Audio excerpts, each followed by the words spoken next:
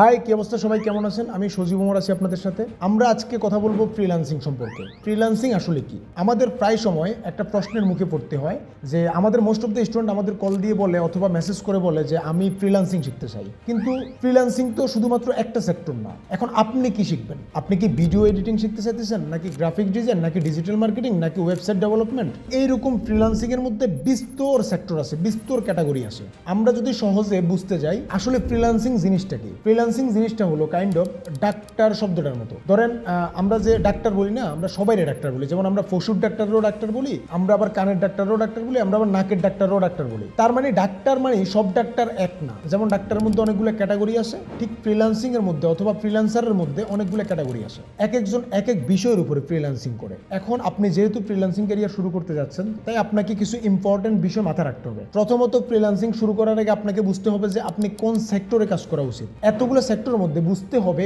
কোন সেক্টরে মানুষের সংখ্যা কম, কারণ যেখানে কম্পিটিশন বেশি সেখানে কাজের প্রাইস কম। ধরেন কোনো একটা সেক্টরে অনেক বেশি মানুষ কাজ করে, হতে পারে সেটা ডিজিটাল মার্কেটিং। এখন ডিজিটাল মার্কেটিং এর একটা সার্ভিসের প্রাইস $200। ডিজিটাল মার্কেটিং এ হয়তো এত বেশি মানুষ কাজ করে যে সেখানে $200 একটা কাজ কেউ একজন $50 করে দিতেছে, কারণ এত বেশি মানুষ যে কাজের সংখ্যা কমে গেছে। তাই আপনাকে প্রথমে ফাইন্ড আউট করতে হবে যে আপনি আসলে কোন সেক্টরে কাজ করবেন। কেউ একজন বললো যে আমি ফ্রিল্যান্সিং করে লক্ষ লক্ষ টাকা উপার্জন করি, এটা শুনেই দৌড় দিয়েন না। প্রথমে আপনি ডিসাইড করেন যে আপনি আসলে কোন সেক্টরে আপনার সময় দিবেন, কোন সেক্টরটাকে আপনি আপনার ক্যারিয়ার হিসেবে গড়ে তুলবেন। আর ফ্রিল্যান্সিং কখনোই একদিনে শেখা সম্ভব না। ধরেন আপনি এমন কোন সেক্টরটা আছে যেটাতে আপনি একদিনে কাজ শিখতে পারবেন অথবা একদিন উপার্জন করতে পারবেন। তবে ফ্রিল্যান্সিং এর সুবিধা কোনটা? ফ্রিল্যান্সিং এর সুবিধা হলো আমি বাংলাদেশে বসে ইউরোপ আমেরিকার একটা ক্লায়েন্টকে রিচ করতে পারতেছি, আমি তার কাজ করে দিতে পারতেছি। তাই আপনি যদি ধৈর্য ধরে কোনো একটা সেক্টরের উপরে খুব বেশি ফোকাস করে মিনিমাম 6 মাস থেকে 1 বছর মনোযোগ দিয়ে কাজ করেন, তাহলে আপনি খুব ভালো কিছু করতে পারবেন। আমাদের অনেকের আরো একটা প্রশ্ন থাকে যে ভাই আমি ফ্রিল্যান্সিং শিখলেই কি কাজ পাবো কিনা? আপনি কাজ পাইবেন কিনা সেটা টেনশন করার দায়িত্ব আপনার না। আপনার দায়িত্ব শুধুমাত্র